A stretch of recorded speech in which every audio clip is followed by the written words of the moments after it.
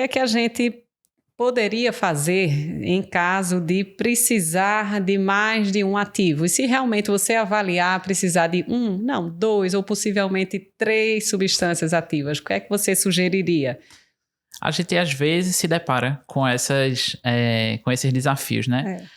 Muitas vezes a própria dermatofitose, o paciente é orientado erroneamente a esfregar muito com sabão amarelo, com sabão de coco, a usar ervas. Outro dia teve um paciente que comentou que indicaram para ele usar fumo. Eu disse, danou-se. Esse eu nunca tinha ouvido, né? Esse é novo para mim. Então, o que é que a gente tem? A gente tem a infecção fúngica, aí a gente tem a eczematização da medicação intempestiva, e aí secundariamente infecta, e a gente vê que ali tem tudo misturado e a gente fica super preocupado. Isso. Né? Mas a gente tem que lembrar que a gente está numa especialidade ambulatorial. Então, na maioria das vezes, a gente vai ter tempo. A gente vai ter tempo, como a gente comentou, de usar os ativos nos tempos necessários para não causar dano para o paciente.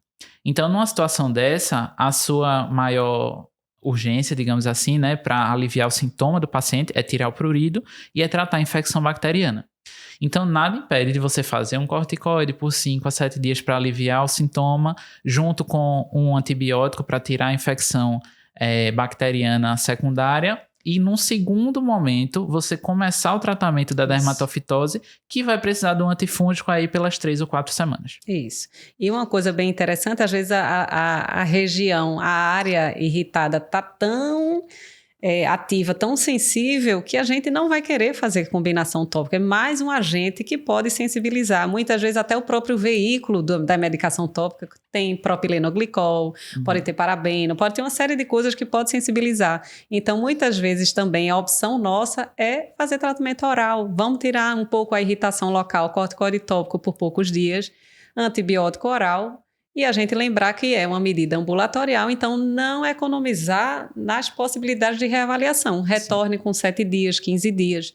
A gente avalia o quadro, pronto, aí vai tirando, vai filtrando. Tira aí, tiramos a eczematização. Opa, tiramos a infecção. O que é que sobrou? Agora é uma tinea cruris, vamos tratar a tinea cruris com medicação tópico oral e orientação.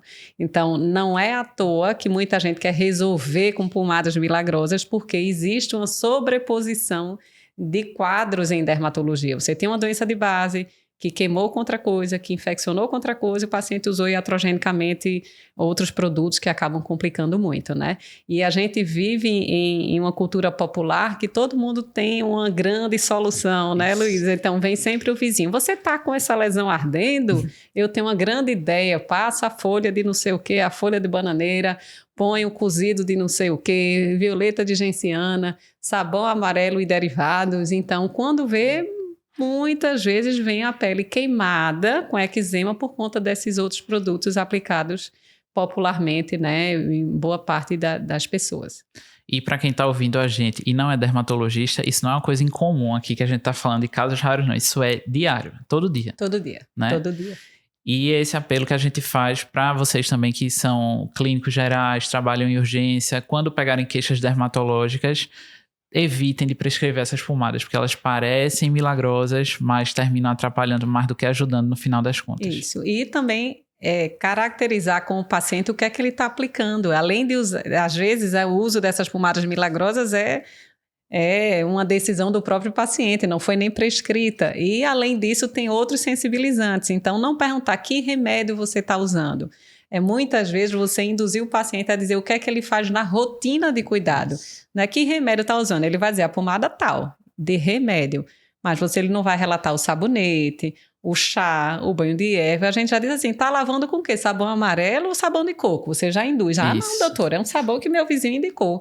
Então, ele já vai revelar que está utilizando um sabonete inadequado e com muito mais espontaneidade, e você corrigir aquela conduta da forma mais adequada. Sim. Né? Isso aí vai ser o dia a dia da gente. A gente sempre brinca, né, que boa parte da nossa consulta não é nem a prescrição ali, é a orientação do paciente.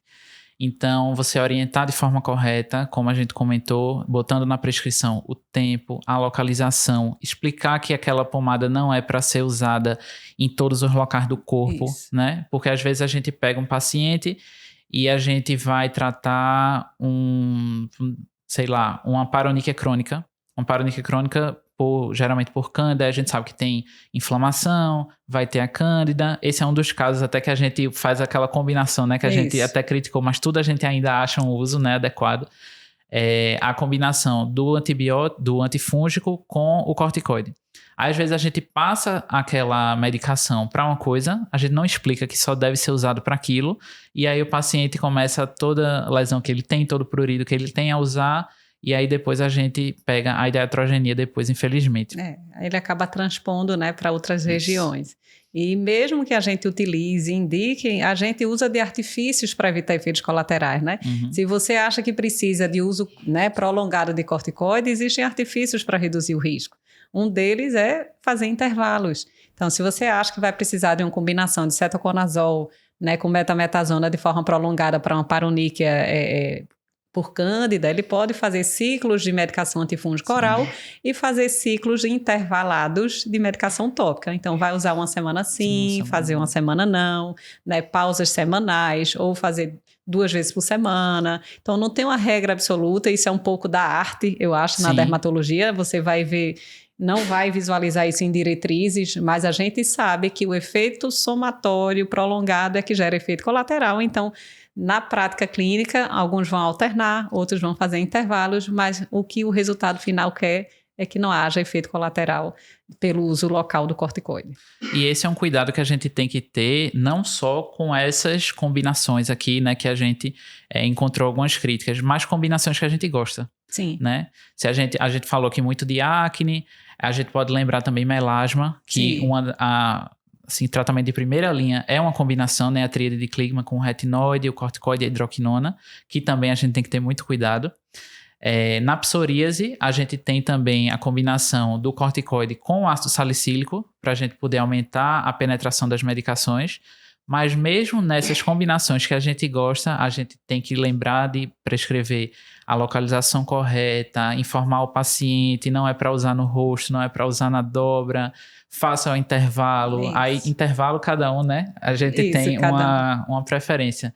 Então, a gente usa 7 dias para 7 dias, usa 10 para 5. Isso. Então, a gente tem uma série de artifícios que a gente faz na nossa prescrição para usar essas combinações de uma forma que não traga dano ao paciente. Isso. E isso vai depender do grau de compreensão do paciente, da prática de cada colega, né?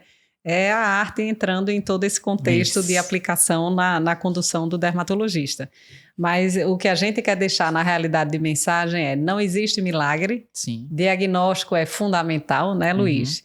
E se você sabe o que é que você está tratando, você tem condição de estabelecer o melhor tratamento no lugar de atirar para todo lado. Isso. Então, diagnóstico antes de qualquer medida. E se de fato você precisar combinar ativos, que a gente o faça com critério e com intervalos distintos sobre a orientação e prescrição correta de topografia e dias de uso, né? Eu acho que a mensagem